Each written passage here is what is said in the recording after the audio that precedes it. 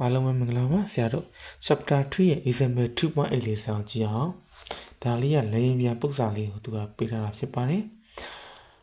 Aston horizontally pass a small airplane when set at the speed is 17 meter per second over and 17 meter per second past the photo survey အဲ့ဒီလေယာဉ်ပြန်တစ်စီးရဲ့တောင်ပံလေယာဉ်တောင်ပံရဲ့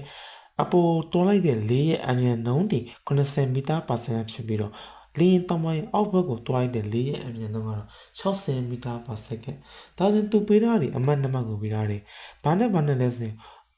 over နဲ့ photon နဲ့အဲ့ဒါဆိုတော့အရှိရပုံစံလိုပဲရေးလိုက်မယ် f dot ထိမှန်ရှိနေတဲ့အမြန်လေးကိုသူပေးထားတယ်ပြီးရင်တော့ဘာကိုပေးထားလဲ f photon အောက်ရှိမှရှိနေတဲ့လေယာဉ်တောင်ပံအောက်မှာရှိနေတဲ့အမြန်နှုန်းကိုသူပေးထားတယ် speed ကိုပြောရင်ဘူတောင်ပိုးလေးပေးထားတယ်90 meter per second နဲ့နောက်တစ်ခုကတော့60 meter per second အရင်လာတော့ဆိုတော့ v1 နဲ့တတ်မှတ်လိုက်မယ်နောက်လာတာကို v2 ဒီလိုတတ်မှတ်လိုက်မယ်တတ်မှတ်ပြီးတော့ is the plane has a wind area အဲ့ဒီလေယာဉ်တောင်ပံရဲ့လေယာဉ်တောင်ပံ area တွေဘယ်လောက်ရှိတာလဲဆိုတော့ area တန်ဖိုးဟာ16.1 meter square ရှိခဲ့မယ်ဆိုရင်နဲ့ on a top and bottom ဒါတွေလေယာဉ်တောင်ပံတစ်ခုလုံးသူကပြောတာလေယာဉ်တောင်ပံတစ်ခုလုံးရဲ့ area တွေအဲ့လောက် meter square ဖြစ်ခဲ့မယ်ဆိုရင် what is the net particle force ကဘယ်လောက်လဲ f တန်ဖိုးလေးသူကမေးထားတယ်မေးထားပြီးတော့သူ့ရဲ့ပေးထားချက်တွေဘာပြန်ပေးသေးလဲဆိုတော့ density of the air is 1.2 kg per meter cube လေလေးရဲ့ density ကဘယ်လောက်ဖြစ်တာလဲ density ဆိုတော့ဟိုတန်ဖိုးလေးဒီ 1.2 kg per meter cube ဖြစ်မှာစေရှာပေးရမှာဒီ f လေးကိုရှာပေးပါတဲ့ရချင်တာလေးဆိုတော့ f လေးကိုရချင်တယ်ပေးထားတယ် area ပေးထားတယ်ရောမှုဆိုတော့ G11 မှာသင်ခဲ့ဖို့လေ area ကို pressure ပုံနေနေဆိုဆက်သွားပါမယ်G11 မှာသင်ခဲ့ဖို့ပုံနေနေကဘာလေးလဲဆိုတော့ P equal to FIA ဆိုတဲ့ပုံနေနေအခုဆရာတို့သုံးပါလိဘာ P ကိုသုံးပါလဲဆို pressure difference ကိုသုံးမယ်တတာ P တော့တတ်မှတ်လိုက်မယ် pressure difference တတာ P equal to FIA လိုချင်တာကြီးဆရာတို့ဘာကိုလိုချင်တာလဲဆို F ကိုလိုချင်တယ်ဒါမှမဟုတ် F ကိုလိုချင်တော့ပုံနေနေဘယ်လိုဖြစ်တော့မလဲဆိုတော့တတာ P လေးနဲ့ဘာနဲ့ညောင်းလဲ A ရနဲ့ညောင်းမယ် A ရတော့သူပေးထားပြီးစားဘာလုံးနေလဲဆိုတတာ P လုံးနေတယ်တတာ P လုံးနေတဲ့အဲ့ဒီတတာ P ကိုဘယ်ကနေရှာမှလဲဘလို့စီရီနှစ်ခုရှိနေတော့ဆရာတို့ကဘယ်ကနေသွားအဆင်ပြေမလဲလို့ပြောတော့ဘာလို့လေးတီဝရကနေသွားအဆင်ပြေပါမယ် using ဘာလို့လေးတီဝရဒီပုံနေနေရနေဆိုတော့ဆက်ပြီးတော့တော့ပြီးမယ်ဘာလို့လေးတီဝရပုံနေနေရဘာလေးလဲဆိုတော့ p1 + 1/2 OP1 square + rho gh1 equal to p2 + 1/2 rho p2 square + rho gh2 ဒီလိုလေးရှိမယ်အဲ့ဒီခါမှာဆရာတော့ဒါလေးလေရင်တောင်ပန်းယူဆတာပေါ့လေရင်တောင်ပန်းယူဆတဲ့ခါမှာသူစဉ်းစားနေအဲ့ဒီထိတ်မှရှိနေတဲ့အမတ်တမတ်လေးရဲ့ bottom မှာရှိနေတဲ့အမတ်တမတ်လေးသူစဉ်းစားတယ်အဲ့ဒီခါမှာဆရာက h တွေပါနေပြီဆိုတော့အမြင့်ကိုသတ်မှတ်ပေးရတော့မယ်အမြင့်ကိုသတ်မှတ်ချင်တော့ဆရာကဘာကို reference ယူမှာလဲဆိုရင် ground ကိုဆရာက reference ယူလိုက်မယ် ground ကိုဆရာက horizontal surface နေမယ်အဲ့ဒီ ground နဲ့ဒီ bottom ကြားတဲ့ကောင်းကိုဆရာကဘာလို့သတ်မှတ်မလဲဆိုရင် h2 လို့သတ်မှတ်မယ်အဲ့ဒီ ground နဲ့ဒီဘက်ကတော့နဲ့ကြားတဲ့ကောင်လေးကိုဆရာ h1 လို့သတ်မှတ်မယ်ဒါဆိုဒီဟာဒီကမ္ဘာမျက်နှာပြင်ကနေလို့ဘာမျက်နှာပြင်ကို horizontal လို့ horizontal surface လို့ယူဆပြီး reference ယူဆပြီးတော့တိုင်းတာဖြစ်လာကြမို့ဒီကောင်တစ်ခုရဲ့ရှာနာခြင်းဒီမတိမတ်တာဖြစ်သွားလိမ့်မယ်တီးတာကွဲပြားရှာနာတယ်လို့ဆိုတော့ယူဆစရာမလိုတော့ဒါကြောင့်မို့ h1 နဲ့ h2 ကတူတယ်လို့ဆိုတော့ယူဆပြီးလို့ရတယ်ဒါဆိုဟုတ်ပြီ h1 နဲ့ h2 တူမယ်လို့ဆိုတော့ဘာပဲကျန်တာမလဲဆိုတော့ p1 + 1/2 op1 square equal to p2 + 1/2 op2 square ပဲကျန်တာမယ်ဘာကြောင့်မို့လဲအဘချောင်းဆိုတော့ h1 equal to h2 တူတာကြောင့်ဒီကောင်တစ်ခုကြီး cancel ဖြစ်သွားပြီအခုလိုချင်တိုင်းတတာ p ကိုလိုချင်တော့တတာ p ဆိုရယ် pressure များတဲ့ထက်နည်းအောင်ဆိုတော့နှုတ်ပြရမှာဘာကြောင့်မို့ p2 - p1 equal to p2 ကနေ p1 လာတော့ 1/2 op1 square - 1/2 op2 square တူလို့ရှိတော့ပြီ p2 ကနေ p1 လို့ဆိုဘာရမှာလဲဆိုတတာ p ကိုရတာ p equal to အဲ့ဒီကမှဒီကောင်တစ်ခုမှာ 1/2 ကိုတူနေတဲ့ဒီကောင်ပုံထုတ်လိုက်မယ် 1/2 ကို p1 square - p2 square ဒါကို section မဲ့ 1/2 into ရိုတာမိုးတွေဆိုတော့ 1/2 p1 - p2 p1 တောင်မိုးတွေ80 the whole square minus p2 တွေဆိုတော့ဘယ်လိုလဲဆိုတော့60 the whole square ဒါကိုဖြည့်ရှင်းလိုက်မယ်ဆိုတော့ရခဲ့မယ်အဖြေဘယ်လောက်ရခဲ့မှာလဲဆို980 pascal ဆိုပြီးဆောက်ရမယ်ဒါရပြီဆိုရင်ဒီနေရာမှာစားသွင်းလို့ရမယ်data p ဆိုတဲ့နေရာမှာ980အေးရအောင်ဆိုဘယ်လောက်လဲဆိုတော့16တတမနဲ့ဒီကောင်တစ်ခုမြောက်ပေးလိုက်မယ်ဆိုရင်7နဲ့1နဲ့636နျူတန်ဆိုပြီးဆောက်ရအောင်မှာဖြစ်ပါတယ်ကဲဆရာတို့ဘုဆက်ကြည့်မယ် review exercise နံပါတ်2စာမျက်နှာ33မှာရှိနေတဲ့ပုံစံလေးဒါလည်းအရှိအပုံစံနဲ့ဆရာတို့အတူတူပါပဲ instrument pass horizontal aeroplane wing လေယာဉ်တောင်ပံရဲ့ horizontal ပတ်ပြီးတော့သူတို့လေတွေဆင်းဆင်းနေတဲ့အခါမှာလေယာဉ်တောင်ပံရဲ့အပေါ်ဘက်မျက်နှာပြင်ကိုသူဘယ်လောက်အမြဲတမ်းသွားရတယ်လဲဆိုတော့120မီတာ/စက္ကန့်သူပေးတာနေဘာနဲ့ပေးတာလဲဆိုတော့အပါရဲ့ဘာရဲ့ပေးတာလဲဆိုတော့ဒီဘက်ကဒီlowerဒီကောင်တစ်ခုပေးထားတယ်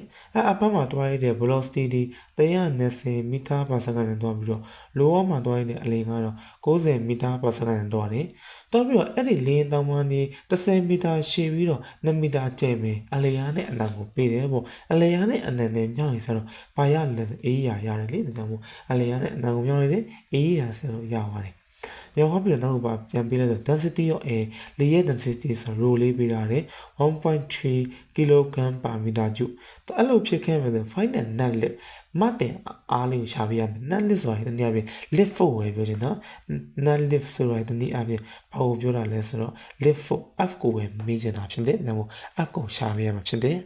ဒီပု္ပ္ပာလည်းခဏနဲ့တူပဲ f မကုန်မေးတယ် a ရာရှိတယ်ဒါဆိုဆရာပေပုံလေးသုံးပါလဲဆို data p equal to f by a လိုချင်တာဒီ f ကိုလိုချင်တော့ data p လေးကိုမှလည်းညှောက်ပေးပါလဲဆို a ရာလည်းညှောက်ပေးမယ်ဒါဆိုဆရာတော့ a ရာတော့သူပေးထားပေးစားဘာလို့နေလဲလို့ပြော data p လုံးနေတယ် data p ကိုဘာနဲ့ရှာမှာလဲဆို using ဘာနှုန်းလေးတီးအောင်ဆရာသုံးပြီးရှာပေးမယ်ဒါဆိုရင်ဘာနှုန်းလေးတီးအောင်ပုံနေဆောင်ရအောင် p1 plus 1/2 OB1 square plus rho GH1 equal to P2 plus 1/2 OP2 square plus rho GH2 အဲ့ဒီကမှာအမြင့်နေစတော့အတူတူပဲဖြစ်တော့မယ်အမြင့်နေတူရတဲ့အမြင့်နေကြည့်ပါမယ်ဒါဆိုရင်ဆိုတော့ဘာပဲကျန်တာမှလဲဆိုတော့ဒီကောင်တစ်ခုပဲဆရာတို့ကျန်တာလိမ့်မယ်ဒါဆိုရင်မေးလာမှာရေးပြရမယ်အကြောင်းဆိုတော့ h1 equal to a2 ဒါလေးကပါကိုပါရမယ်ဒါဆိုလိုချင်တာဒီ data p ကိုလိုချင်တော့ p ထည့်ရပြန်တော့မလို့p2 တွေကနေ p1 လုံးမယ် 1/2 ob1 square minus 1/2 ob2 square p2 တွေ p1 လုံးတယ် pressure လုံးတယ်ဆိုရင် pressure ချမ်းသာခြင်း data p ပဲရော data p equal to သူတို့ကလည်းသူ့ရဲ့ကောင်ပုံထုတ်တော့ 1/2 ကို p1 square minus p2 square ဒါဆို 1/2 1/2 ဒီမှာ ကိုကဆယ်ဘလောက်ပေးရဆို 1/3 p1 square ကတော့120 the whole square minus 90 the whole square တူပေးရတယ်ဒါလေးကိုချက်ချင်းတော့ဆိုတော့ဘယ်လောက်ရလဲဆိုတော့4095 pascal ရတယ်ဒါရပြီဆိုရင် data p ဆွဲနေအောင်လာထည့်မယ်4095အမြောက်အေးရဘယ်လောက်လဲဆိုတော့ဆရာတော့20ဒါနဲ့မြောက်ဝလဲတဲ့ခါကျတောင်းပေါ်ဘယ်လောက်ထွက်ခဲ့မှာလဲ8တဲ့ကို3.3ညနျူတန်ဆိုတော့ထွက်ခဲ့မှာဖြစ်တယ်ဟုတ်ပြီဆရာနောက်ပုံစံလေးကတော့ viscosity နဲ့ပတ်သက်ပြီးဆိုတော့ကြည့်အောင် viscosity coefficient of viscosity ကိုရှားတဲ့အခါပုံနေ3ခုရှိပါတယ်အဲ့ဒီပုံနေ3ခုကဘာလဲဆိုတော့ eta equal to minus f by a by db by dy ဆိုတဲ့ပုံနေနည်းရယ်နောက်ကတော့ f equal to 6 by eta rv ဆိုတဲ့ပုံနေနည်းတစ်ခုရယ် eta equal to 2gr square rho 1 minus rho 2 by 9b ပါတဲ့ပုံနေနည်းဆရာ3ခုပဲရှိပါတယ်ဒီမှာ viscosity ပုံစံမှာဒီကောင်3ခုပဲဆရာသုံးရမှာ eta လေးကိုဆရာတော့ viscosity လို့လည်းပြောတယ် coefficient of viscosity စေပြည့်မှုမြောက်ဖို့ကိဒီလိုမျိုးပြောပါတယ်တိုင်းတာတဲ့ unit ကတော့ဘာလေးနဲ့တိုင်းတာပေးလဲဆိုရင် pascal second ဆိုတဲ့ unit လေးနဲ့ဆရာတိုင်းတာတယ်အဲ့ဒီမှာ f by a ကိုဆရာတို့ဘယ်လိုပြောလဲဆိုတော့ shear stress လို့ဆရာတို့ပြောတယ် shear stress လို့လည်းပြောတယ် shearing stress လို့လည်းပြောတယ်เนาะကြိုက်တယ်လို့ပြောလို့ရတယ်ဒါဆိုရင်အောက်ကကောင်ကဘယ်လိုပြောလဲဆိုတော့ dv by dy ကိုကျွန်တော်ဆရာတို့က velocity gradient လို့ဆရာတို့ပြောပါတယ်အလင်းပြောင်းတာနှုန်းအကွာအဝေးကိုလိုက်ပြီးတော့အလင်းတွေပြောင်းလဲတဲ့နှုန်းလို့ဆရာတို့ပြောတယ်နောက်ခုမှ f equal to 6 by eta r ကိုဆရာတို့ပြောတာဒီဘာ law လို့ပြောလဲဆိုတော့ Stokes law လို့ပြောတယ်အဲ့ဒီ Stokes law မှာပါဝင်တဲ့အဲ့ဒီ f လေးတွေကိုဆရာတို့ဘယ်လိုပြောလဲဆိုအဲ့ဒီ f လေးကို draft force လို့ပြောတယ်တခါတလေမှာအဲ့ဒီ f လေးကို draft force လို့လည်းပြောတယ် viscous force လို့လည်းဆရာတို့ပြောတယ် ဒါပြင်ဘာလို့လဲပြောရလဲဆို shear force လို့လည်းဆရာတို့ပြောပါသေးတယ်အမျိုးမျိုးဆရာတို့ခေါ်ပါတယ်နားလည်အောင်ကြည့်တာပါဒါဆိုရင်ဒီဟာလေးတော့ density လေးတွေ velocity လေးတွေ radius လေးတွေဒါဆိုဟုတ်ပြီဒီ equation ၃ချောင်းကိုဆရာတို့တင်ပူစာတက်ဆရာတို့တွားလို့ရပြီဝိဆရာတို့ example 2.9 viscosity နဲ့သက်ဆိုင်တဲ့ example လေးဆောင်ကြည့်အောင် a metal plate or area တတုပြားတစ်ခုရဲ့ area တွေအလောက်ရှိတယ်တဲ့ area ဆိုမှဆို a လေးကိုပေးထားတယ် area တမို့သူဘယ်လောက်ပေးထားလဲဆို area တမို့ဒီ 2.5 into 10 power minus 4 meter square ရှိလို့ပေးတယ်ပေးပြီးနောက်မှာအဲ့ဒီ metal plate ပြားလေးကိုပမာထားရလဲဆိုတော့ caster I ချက်စုစီအလောက်ထူတဲ့အလောက်အကွာဝေးထူတဲ့ချက်စုစီပုံမှာထားတယ်Is a force of 50 Newton is needed to move the plate with a velocity of allow velocity လေးနဲ့သူ့ကိုရေးဖို့ရတဲ့အားတွေဘယ်လောက်လို့အပ်တာလဲဆို50 Newton တို့လို့အပ်တဲ့အားဒါမှမဟုတ်အားလို့ပြောရအောင်ဆရာတို့ F လို့တတ်မှတ်လိုက်တယ်50 Newton အဲ့ဒီ50 Newton ဆိုတာလေးကအဲ့ဒီ F လေးကိုဆရာတို့ဘယ်လိုပြောလဲလဲဆိုရင် drag force လို့လည်းပြောရယ် viscous force လို့လည်းပြောတယ် shear force လို့ပြောတယ်ဘာမှမပြောဘူးဆိုတော့ဆရာတို့ drag force လို့ရေးပြတာအကောင်းဆုံးပဲဆရာအမြဲတမ်းပြောခဲ့ပါတယ်ဒီ eta ပုတ်ဆောင်တက်တက viscosity ကိုပုတ်ဆောင်တက်တကသူ့တန်ဖိုးဆရာဘာယူပေးရမလဲ minus ယူပေးရမယ်ဘာလို့လဲအဲ့ဒီအားဆိုတာဒီအရေးတစ်ခုတည်းမှာပစ္စည်းတစ်ခုရွေးတဲ့အခါမှာဖြစ်ပေါ်လာတဲ့ပစ္စည်းတစ်ခုရွေးတဲ့အခါဖြစ်ပေါ်လာတဲ့အားအဲ့ဒီအားဆိုတာဒီအရေးရဲ့ရွေးလျားမှုနဲ့အမြဲတမ်းစัจကြံဖြစ်နေတယ်တနည်းအားဖြင့် frictional force လိုမျိုးပုတ်တိုက်နေတာလို့ပြောချင်တဲ့အဓိပ္ပာယ်လေး minus ယူပေးရတယ်စာလေးရေးပေးရပါမယ် drag force is opposite to the direction of motion ဒါလေးတွေဆရာတို့က viscosity ပုံစံတွေကိုတွက်တိုင်းရေးပေးရမှာဖြစ်ပါတယ်။ဒါဆိုဟုတ်ပြီဆရာဆက်ကြည့်အောင်ဒီပြထားချက်တစ်ခုဆရာခဏချလိုက်မယ်။ကဲခုလေးတွက်ချက်ပေးရရင်ဘာလို့တွက်ချက်ပေးရမှာလဲ coefficient viscosity ဆိုမှ eta လေးကိုသူမိတာပေါ့ eta equal to question mark f by a ပါပြီဆရာဒီပုံနည်းကိုဆရာသုံးရတော့မယ်။ဒါမှမဟုတ်ကျွန်တော်သုံးမယ့်ပုံနည်းနေ eta equal to minus f by a by dv by dy ဆရာဒီပုံနည်းသုံးမယ်။ဒါဆိုဆရာလုံးနေရာဒီ f by a ဆရာရှိပြီ။ဘာလုံးနေရာလဲ dv by dy လုံးနေတယ်။ဒါမှမဟုတ် dv by dy ကိုအရင်ဆုံးရှာမိမယ်။ dv by dy ဆိုတာဆရာတို့ကဘာနဲ့တူတာလဲဆရာတို့ physics မှာလေရှိတယ်ဆိုတာတွေပြောင်းလဲတော့တာနေဆရာတို့အတူတူပဲအရှိမှလည်းပြောခဲ့တယ် dv by dy ကို velocity gradient အလျင်ပြောင်းတာနှုန်းလို့ပြောတယ်အကွာဝေးကိုလိုက်ပြီးတော့အလျင်ပြောင်းလဲနေတာပြောင်းလဲဆိုရင်တကယ်ပဲခြားနာတာဒါကြောင့်မို့dv by dy ဆိုတာ data p နဲ့ data y နဲ့ဆရာတို့အတူတူပဲ data p နဲ့ data y ဆိုတော့ရှာပေးဖို့အရင်ဆုံးလိုအပ်တာပေါ့ data p ကိုရှာမယ်ဆိုတော့ data p နဲ့ပတ်သက်ပြီးသူဘာပေးတာလဲ train to 10 power -2 meter per second data p ဆိုတာဒီ v2 တွေက v1 ကိုနှုတ်မှာပေါ့သူပေးရတဲ့ velocity တစ်ခုတည်းပေးရတာစထွက်တဲ့ velocity 0လို့ယူဆလိုက်တယ်ကြောင့်မို့ဆရာတို့ဒီ train to 10 power -2 meter per second တွေကဘာလို့ပေးမှလဲဆို0နှုတ်တော့ train to 10 power -2 meter per second ဒါဆိုရင် data y လေးကလည်းထုံးနေ၎င်းပဲမူလရှိနေတဲ့အကွာအဝေးတွေ0အကွာအဝေးမရှိနေတဲ့ကြောင့်မို့ 0.25 into 10 power -3 ရနေ0နှုတ်လိုက်တယ် 0.25 into 10 power -3 meter ဖြစ်သွားပြီဒါဆိုရင်အကောင်တစ်ခုဆိုစာပလဲမယ် train to 10 power -2 လေးကိုဒီဘက်ကမှာလည်းစာမှာလဲဆို 0.25 into 10 power -3 ဒါလေးရဲ့ဆရာတို့စာပလဲမယ်ဒါရင်ဆိုတော့ unit ကဘာနဲ့ထွက်လာမှာလဲဆိုတော့အပေါ်ကကောင်တွေတူရသည် meter per second ဒီကောင်တွေ meter ဒါမှတို့ထွက်လာမယ့် unit ဒီဘာနဲ့ထွက်လာမှာလဲဆိုတော့ဆရာတို့က train to 10 power -2 by 0.25 into 10 power -3 unit ဒီ meter နဲ့ meter ကျဲတော့ per second မှာထွက်လာမယ်ထွက်လာပြီဆိုတော့ဒီမှာအစားသွင်းလို့ရပြီဆိုတော့အစားသွင်းကြည့်အောင် f by a ဒါဆိုဆရာတို့ဒီမှာ minus f by a f ဆိုရင်ဆရာတို့ထည့်မှာလဲဒီ minus ကတော့ဒီ minus f ကဘယ်လောက်ထည့်မှာလဲဆရာတို့က minus 50 by a တန်ဖိုးဆရာတို့က 2.5 into 10 power -4 dv by dy အစားအမြောင်မြောင်ငါးကင်းကိုလမ်းကင်းမြောင် 0.25 into 10 power -3 by 3 into 10 power -2 ဒါလေးကိုဖြည့်ချင်တဲ့အခါကျတော့ 1.67 into 10 power 3 unit လေးဆိုတော့ pascal second ဆိုပြီးဆိုတော့ထွက်လာပြီနောက် example 2.10 ဆရာကြည့်အောင် determine the radius ကိုရှာပါဆိုတော့အာတမိုးလေးသူမေးတာတယ်မေးပြီးတော့ the rate of falling to air with terminal velocity သူကြားတဲ့ velocity တီးပြီး9 meter per second နဲ့ကြာလာတယ်တဲ့အဲ့ဒီမိုးရေစက်လေးဟာ viscosity ရောလေရဲ့စစ်ပြင်းမှုဆိုတော့ဆရာ eta လေးကိုပေးတယ် 1.8 into 10 power minus 5 pascal second ဖြစ်ပြီးတော့ density of water လေးကဘယ်လောက်လဲဆိုတော့1000 kg per meter cube ဖြစ်ခဲ့ပြီတဲ့ density of air လေးကဘယ်လောက်လဲဆိုတော့1.21 kilogram per meter cube ဒီမှာများတဲ့ကောင်ဆရာတို့ကဘာထားလိုက်မှာလဲဆရာတို့က1ထားနေတဲ့ကောင်2ထားပေးလိုက်ဒါမှမဟုတ်အရင်လာတာ1နောက်မှလာတာ2ဒါ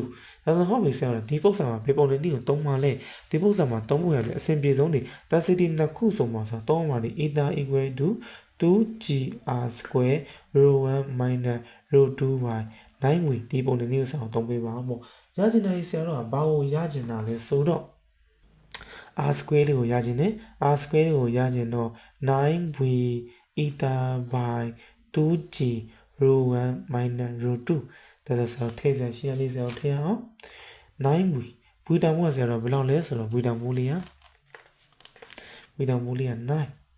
eta တမိုးလေးကတော့ဆရာတို့က 1.8 into 10 power minus 5 by 2g g ရောဆရာတို့က 9.8 rho 1ကနေကို2ကိုနှုတ် rho 1ဆရာတို့က1000 rho 2ကတော့ဆရာတို့ 1.21 ဒါကိုဖြည့်ရှင်းလိုက်မယ်ဖြည့်ရှင်းလိုက်မယ်ဆိုရင်ရလာမယ်အဖြေလာလဲအဖြေလေးက 2.7 into 10 power minus 4 meter ကိုရလာမယ်ဒီမှာတစ်ခုမေးဖို့ကအာတန်ဖို့ပြန်ရေးပေးရမယ်เนาะအဘောကောင်ဒီ r square အောက်ကကောင်ဒီ r ဒါလေးရောမမေ့စေနဲ့ဆိုရင်ဆရာတို့ exercise number 5ကိုကြည့်အောင်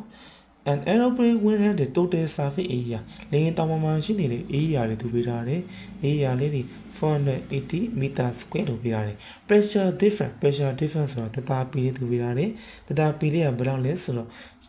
6500 pascal ဖြစ်ခဲ့မှာဆိုရင် calculate the lift created lift ဆိုတာတနည်းအားဖြင့် lift for လို့မေးတာ lift for ဆို f equal to question mark ဒါဆိုအရှိမပါခဲ့တူပဲတတာပီ equal to f by a ဆိုပုံလေးရှာပေးမယ် f ကိုလိုချင်တော့ဘာနဲ့မြောင်းအောင်လဲတတာပီနဲ့ a နဲ့မြောင်းတတာပီဒီဆိုတော့6500 a ရာတွေ480ဒါဆိုရင်ဒီကောင်တစ်ခုကိုမြောင်းလိုက်ပြီးရလာတဲ့အဖြေလေးကဆရာတို့ဘယ်လောက်ထုတ်ခဲ့မှာလဲဆိုတော့3.1 into 10 power 6 newton ဆိုပြီးဆောက်ထုတ်ခဲ့မှာဖြစ်တယ်။ဟုတ်ပြီဆရာနောက်တော့ exercise number 7ကိုကြည့်အောင်။ number 6ကဆရာတို့က derivation ဆိုဆရာမတွေ့ပြတော့ဘူး number 7 number 7က shear stress at the point in the liquid is found shear stress လို့ပြောတာဘာလေးကိုပေးတာလဲဆို shear stress ဆိုတာဒီ F by A လေးကိုသူကပေးတယ် F by A ဆိုတာ 0.03 newton per meter square F ဆိုအများဆိုတော့ minus ထည့်ပေးရမယ်။ဘာလို့ minus ထည့်ရလဲဆရာပြောခဲ့တယ်အဲ့ဒီ shear force ဆိုတာဘာလဲစัจ jin ပဲဖြစ်နေတာလဲ direction of motion နဲ့စัจ jin ပဲဖြစ်နေတယ်။ညောင်ဆရာတို့ကရေးပြရမယ် shear force လို့ပဲရေး physical force လို့ပဲရေးစိတ်ဓာတ်ရေးလို့ရတယ် physical force is opposite to the direction of motion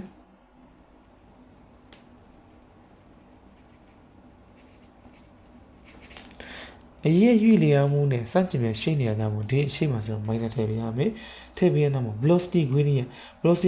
ဆိုတော့ dv by dt တို့ပေးထားတယ် 0.15 per second လို့ပြရတယ် what will be is viscosity ဆိုတော့ eta ကိုမေးထားတယ် eta မှာသူ့ unit တွေ point c နဲ့ဘယ်လောက်ရှိမလဲတဲ့ eta ကိုလိုချင်တော့ minus f by a by dv by dy ဒီပုံလေးနဲ့ဆိုရှာပေးလိုက်ဒါဆို minus f by a ဆိုဘယ်လောက်ပေးထားလဲ minus 0.03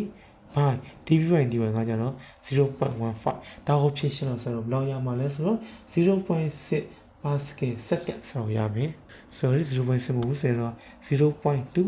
pascal second ဆိုရမယ်အဲ့ဒီ pascal second သူဘာပြောင်းရလဲ point c ပြောင်းရနေသူကဘယ်လောက်လဲဆိုတော့1 pascal second မှာ10.c ရှိတယ်သူပြထားတယ်ဒါဆိုရင်ရှိတော့ဒီအဲ့လောက် pascal second မှာဘယ်လောက်လဲလို့ပြောမှာတော့ဒီကောင်လေးနဲ့မြောက်ဘူးလေတခါကျဆိုတော့ဘယ်လောက်ရမှာလဲဆိုတော့ 2.6 ဆိုရအောင်မှာပေါ့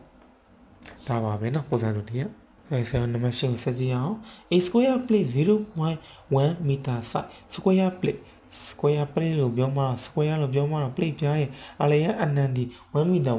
ရှိတာပေါ့အဲ1 meter ရှိတာကြောင့် a ရအောင်လို့ရှင်တော့ 0.1 meter လေးရဲ့ 0.1 meter လေးညွှန်လိုက်တယ်ဒါဆိုဘယ်လောက်ထွက်သွားလဲဆိုတော့ 10 power -2 meter square ဆိုရလာမယ်ရလာပြီးသူတွဲတဲ့ velocity ကဘယ်လောက်နဲ့တွားမှာလဲဆိုတော့ 0.1 meter per second နဲ့တူတော့မယ်တွားပြီးတဲ့အခါကျ it the viscous force လို့ပြောတာ F လို့သူပေးရတယ် F တန်ဖိုးတွေ 0.002 newton ဒါဒီဆရာတို့ကဘာပုတ်စာလဲလို့ပြောရင် viscosity ပို့စာပါ viscosity ပို့စာမှာ F တောင်ဖို့ minus ထည့်ပေးရမယ်ဘာလို့လဲ viscous သူက viscous force လို့ပြောကြမို့ viscous force is opposite တူးတဲ့ direction of motion ဒါလေးကိုဆက်ထည့်ပေးရမယ်ထည့်ပေးပြီးတော့ coefficient of viscosity ဆိုတော့ဘာလေးကိုပေးထားလဲ eta တောင်မို့လေးဟာ 0.01 point c ဖြစ်တယ်လို့သူပေးထားတယ်အဲ့ဒီ point c ဆိုတာပုံစံနဲ့ point c နဲ့တွက်လို့မရဘူးဘာပြောင်းအောင်မလဲ parcel second ပြောင်းအောင်ဒါဆိုအဲ့ဒီ point c ကိုဆရာ parcel second ပြောင်းချင်တော့တွားစားပေးရမယ်တစ်စင်းနဲ့စာဘယ်လောက်ရမှာလဲဆိုရင်ဆရာတို့က 0.001 parcel second ဘာကြောင့်မို့လဲ1 parcel second မှာ10 point c ရှိတယ်လို့သူပေးထားတာကြောင့်မို့ဒါဆိုဟုတ်ပြီဆရာတို့ရချင်တာနေဘာကိုရချင်တာလဲရချင်တဲ့ဟာကိုရှာမယ် distance ကိုမေးတာတယ် distance ဆိုတော့အကွာဝေးဆိုတော့ဘယ်ကောင်ကိုမေးတာလဲဆရာ eta ပါတဲ့ပုံနဲ့မှာ eta equal to minus f by a by db by dy အကွာဝေးဆိုမှ dy လေးကိုသူမေးတာပေါ့ dy ဝေး equal to question mark ဒါဆိုအဲ့ဒီပေးရတဲ့ v လေးတွေဘာဖြစ်သွားမှာလဲဆိုတော့ db ဖြစ်သွားလိမ့်မယ်ဒါဆိုဟုတ်ပြီဆိုတော့ထည့်စရာရှိရလေထည့်အောင်ဆရာတို့ eta ဆိုရင်ဘယ်လောက်ထည့်မှာလဲဆို0. eta ဆိုတဲ့နေရာမှာ 0.001 ထည့်မယ် minus f by a f by a ဆိုတော့ဘယ်လောက်ထည့်ပေးမှာလဲ f လေးရဆရာတို့က minus 0.02 by a ရလေးရဆရာတို့က 10 power minus 2အမြောက် db by dy ဆရာတို့နေရာချိန်သွားမယ်ဒါဆို dy နေအပေါ်ရောက်သွားမယ် db အောက်ရောက်မယ် db တန်ဖိုးတွေဆရာတို့က 0.1 ဒီမှာလေးက 0.0 လေးပါနေကြတေချာတွက်ပါပုံစံတွေနဲ့ကနည်းနည်းလေး short တတ်ပါတယ်ဒီ1တန်ဖိုးနဲ့ဘယ်လောက်ထွက်ခဲ့မှာလဲဆိုရင်5 into 10 power minus 4 meter ဆိုပြီးဆရာတို့ထွက်ခဲ့မှာဖြစ်တယ်ဆရာတို့ exercise နံပါတ်9ကြည့်အောင် exercise နံပါတ်9မှာသူက assume speaker object influence to others စလုံးတစ်လုံးကသူ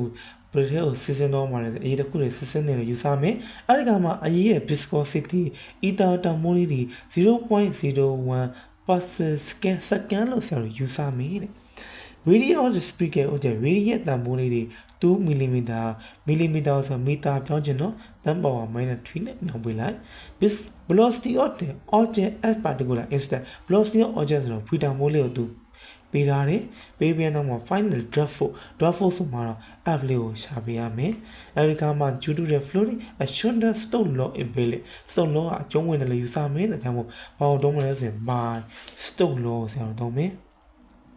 Stokes law ရဲ့ပုံနဲ့နေရာဆရာတို့ဘာလေးလဲဆိုတော့ f equal to 6 by eta rv ဆိုတဲ့ပုံနဲ့နေဆရာတို့တော့တပေးမယ်ရချင်တာလေးဆိုတော့ f ဆိုတော့ f ကိုထည့်မထားရမယ်6find တောင်မို့ဆရာတို့ထဲမှာလဲ 3.142 အောင်တင်မယ် eta လေးရဆရာတို့က 0.001 အမြောက်အားတောင်မို့ရဆရာတို့2 into 10 power minus 3 velocity လေးရဆရာတို့ဘယ်လောက်လဲဆိုတော့2ဒါလေးကိုဖြည့်ရှင်းလိုက်မယ်ရလာမှာနေ 7.54 into 10 power minus 5 4ဆိုတိုင်းတာမှာနေ newton ဆိုတဲ့ unit နဲ့တိုင်းတာမှာဖြစ်ပါတယ်တဲ့ကစားတော့ပါပဲအားလုံးကျေးဇူးတင်ပါတယ်